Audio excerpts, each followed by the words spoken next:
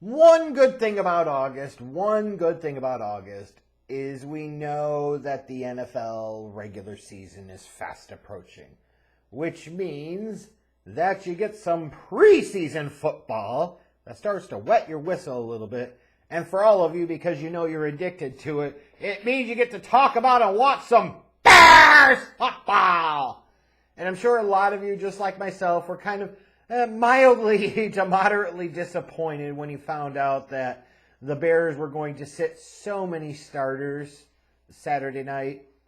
Perhaps even disappointed the Colts are going to sit so many starters, including starting quarterback Anthony Richardson. Yeah, I agree. I wanted to see Anthony Richardson for a bit. Would have loved to have seen Justin Fields, the first team offense, the first team defense get a couple of series. I understand, like, this is a new thing or a recent thing. It's common practice when you have a week of joint practices that the starters tend not to play. So it is what it is. We'll see how next Saturday goes, the third preseason game. I would like to see Fields in the first team offense, the first team defense get a couple of series, especially because you figure after that you've got about 2 weeks until the opener against Green Bay. But when we talk about preseason games, as we know, it's not about final scores, who wins, who loses. Frankly, who gives a crap? It's all about individuals, how they perform, some of the themes and trends you can take away.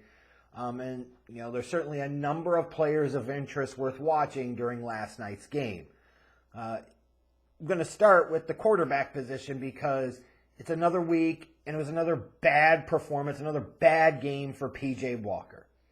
He seems slow to process, pocket presence, inaccuracy again, and some of his throws not even close to the target. Oh, look, I don't care what his fucking contract is right now. And it sounds like it looks like it's only a couple of million guaranteed this year with very low dead cap. He just can't be quarterback 2. He just can't be. Like, you could say, hey, well, you know, most teams, when they lose their starting quarterback, they drop off significantly and their season's basically over. Yeah, maybe that's true to some degree in some instances, but not all. But you got to be better at the backup quarterback. Like, I understood the thought process behind signing P.J. Walker, but you got to acknowledge reality right now. This dude stinks. Meanwhile, Tyson Bagent does not. He showed feel. He had some pop in his arm. He showed timing. He showed accuracy through a couple really nice slant patterns. If football is truly a meritocracy, at worst, Tyson Bagent is QB3 on this roster. He makes the opening day 53. And I could make some type of argument that he should be QB2. I'm just trying to be realistic. I don't know that the Bears would cut P.J. Walker just out of sheer stubborn stupidity. But if they keep P.J. Walker, then Nathan Peterman is the one that needs to be cut and stowed away on the practice squad. Although you could argue Peterman looked better in this game than P.J. Walker did, and he certainly freaking did. But Bagent, man, like this undrafted kid from Division II Shepherd, like, he looked the part. It reminded me, and similar when I watched some of his film in college, he reminds me of Taylor Heineke. He's not a superstar, but he's a guy with some starter potential. He surely is. And at worst, he's got some high-level backup potential. And you're saying, well, you might be overreacting to preseason performances.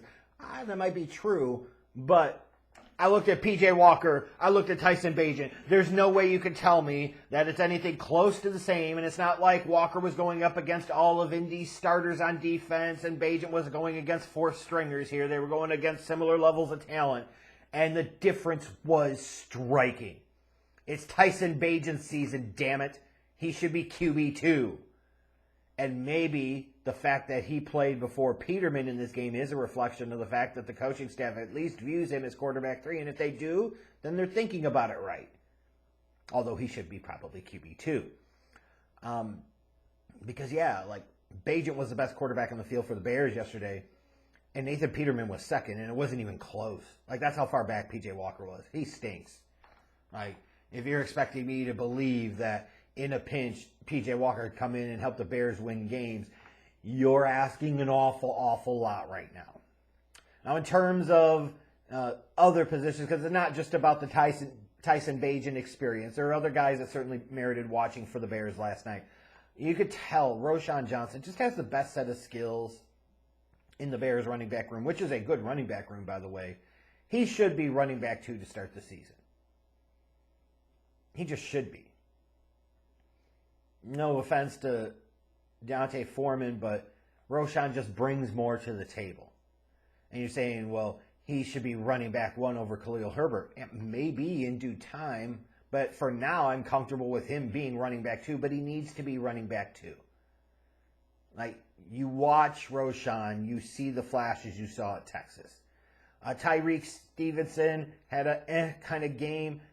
Like, you want to get tantalized by the upside, but then you see the bad penalty on the tackle out of bounds, the missed early INT. It's easy for me to say as some schlub watching at home, but he's got to be able to catch the damn ball in that spot. Like, him missing that INT led to 7 points. That was not good. Like, it went right through his arms. Like, that can't happen. Especially when you're talking about a guy you took in round 2. Positive news, Javon Dexter Sr. appeared to be quicker off the snap yesterday. That's a common theme I'm seeing a lot of other people noticed as well. He got into the backfield more and earlier. That's good. He still had some other plays that was kind of whitewashed out. But I'll take some of the positive flashes here in the second preseason game. It's certainly better than he was in week 1. Pickens, once again, showed the ability to get some penetration up the middle. You know, how many things in football sound sexual if you really think about them? But yeah, one gap penetrator. Feels like there's a role for him in this defense in year 1. Noah Sewell, he continues to show a great nose for being around the ball. He's got to get better at tackling, though. He's also got to get better in zone coverage. You know, it's interesting, Sanborn started the game at middle linebacker, and Sewell played the Sam, and I know there's a big competition there, but I'm sorry right now, I still think Sanborn is a level ahead of Sewell at this point. In terms of the defensive line, you talk about the need to get pressure off the edge.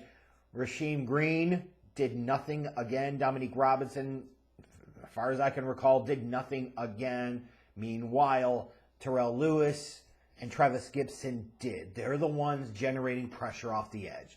And again, if football is a meritocracy, these 2 guys need to make the roster, and Rasheem Green and or Dominique Robinson need to be sent away. Goodbye, sayonara. They haven't done shit.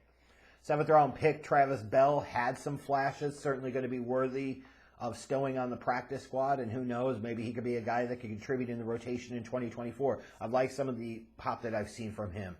Ja'Tyre Carter is the top interior offensive line in terms of reserve.